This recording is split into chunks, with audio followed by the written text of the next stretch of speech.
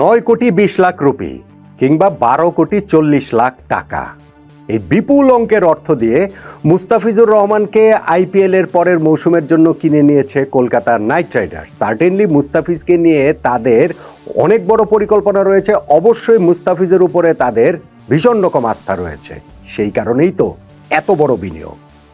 অথচ Kolkata night Riders পুরো আইপিএলে মুস্তাফিজুর রহমানকে পাচ্ছে না। মুস্তাফিজ দল পাওয়ার পর থেকে তো এটাই আলোচনার মধ্যে আছে অনেক বেশি করে আমাদের ক্রিকেট মহলে, যে মুস্তাফিজকে ফুল সিজনের জন্য বিসিবি এনওসি দিয়েছে কিনা। আমি বিসিবির সঙ্গে কথা বলেছি এবং আমি আপনাদের নিশ্চিত হয়েই বলছি যে না, পুরো সিজনের জন্য মুস্তাফিজকে এনওসি দেয়া হয়নি। আইপিএল এর মাঝপথে মুস্তাফিজকে ফিরতে হবে বাংলাদেশে নিউজিল্যান্ডের বিপক্ষে সিরিজ খেলার জন্য। কতদিনের জন্য সে আলোচনাটাও করছে, কিন্তু প্রশ্নের যে জায়গা সেটা হচ্ছে কলকাতা নাইট রাইডার যে এত বিপুল বিনিয়োগ মুস্তাফিজের উপরে করলো, এত ভরসা রেখে, সেই মুস্তাফিজকে যে বাংলাদেশ জাতীয় দলের হয়ে খেলার জন্য ছেড়ে দিতে হবে, এইটা কি তাদের টিম প্ল্যানিংটা ডিস্টার্ব করবে না? তারা কি এটা জানতো নাকি জানতো না? এবং বাংলাদেশ ক্রিকেট বোর্ড এই যে পুরো সিজনের জন্য এনওসি দিল না মুস্তাফিজকে, সেই সিদ্ধান্তটা কি সমর্থন করার মতো? এই সব কিছু মিলেই আলোচনাটা করছি। প্রথমত, এবারের আইপিএল এর মিনি অকশনে মুস্তাফিজ যে এরকম হটকেক হয়ে উঠবেন সেইটা আমি অন্তত ধারণা করতে পারিনি। এখন অনেকে অনেক বড় বড় কথা হয়তো বা বলতে পারেন, কিন্তু মুস্তাফিজ আইপিএলে এতগুলো সিজন খেলে ফেলেছেন, কখনোই তার দাম 2,20,00,000 রুপির উপরে ওঠেনি। গতবার তো ভাই জ্যাক ফ্রেজার ম্যাকগার্গের বদলি হিসাবে খেলেছেন শেষ 3টা ম্যাচ, রিপ্লেসমেন্ট প্লেয়ার, সেইখানে ওই ম্যাকগার্গের দাম ছিল 6 কোটি রুপি, সেটাকে হিসাবে ধরলে হবে না। ফলে এই মুস্তাফিজের দাম যে 2 কোটি রুপির বেস প্রাইস থেকে, যার সর্বোচ্চ দাম এর আগে উঠেছিল 2,20,00,000 রুপি, সেইটা যে এইবার 9,20,00,000 রুপিতে চলে যাবে আইপিএল এর মিনি অকশনে, অমনটা আসলে ভাবা যায়নি। এবং ইউ নেভার নো, যদি মুস্তাফিজের নাম নিলামে আরো আগে উঠতো তাহলে হয়তো বা তার দামটা আরো বেশি বাড়তে পারত।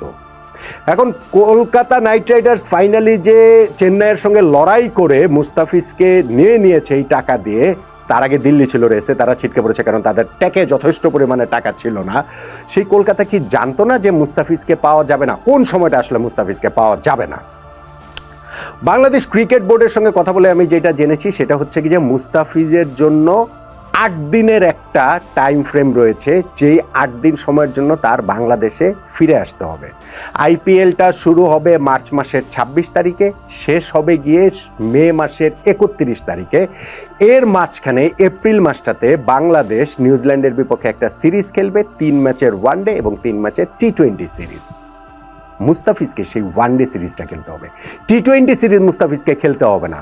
মুস্তাফিজকে যখন এই আইপিএল এর জন্য এনওসির হিসাবটা করা হয়েছে, তখন শুধুমাত্র ওই ওয়ানডে সিরিজের স্লটটাতেই মুস্তাফিজকে আনঅ্যাভেলেবেল করে রাখা হয়েছে আইপিএল এর জন্য, কেননা ওই সময়টাতে তার এসে বাংলাদেশে খেলে যেতে হবে।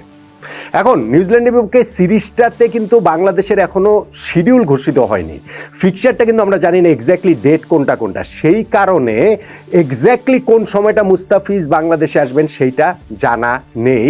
তবে ওই টি20 সিরিজ মুস্তাফিজ খেলবে না, এটা আমি আপনাদের নিশ্চয়তা দিচ্ছি, কিন্তু ওয়ানডে সিরিজ মুস্তাফিজ খেলবেন, এইটাও আমি আপনাদের নিশ্চয়তা দিচ্ছি।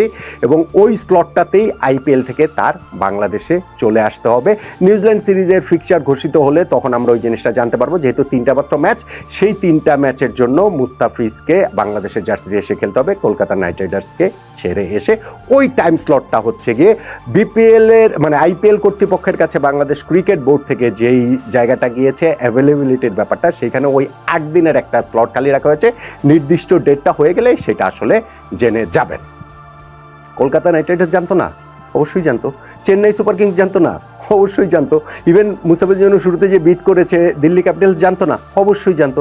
ভাই কামন, এইটা আইপিএল, এইটা ধরেন আমাদের বিপিএল না। ধরেন মুস্তাফিজুর রহমানকে কলকাতা নাইট রাইডার্স কিনে নিয়েছে 9,20,00,000 রুপিতে, বাংলাদেশি টাকায় সেইটা 12,40,00,000 টাকা একজন প্লেয়ারের জন্য।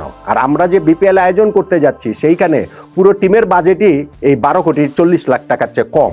মানে বিসিবি তো তাদের কাছ থেকে 10 কোটি টাকা ব্যাংক গ্যারান্টি নিয়েছে, আর 2 কোটি টাকা হচ্ছে গিয়ে ওই অ্যাপিয়ারেন্স ফি নিয়েছে, এবং 12 কোটি টাকার মধ্যে ওই প্লেয়ারদের স্যালারি ক্যাপ ট্যাপ দিয়ে করে দেওয়া হয়েছে।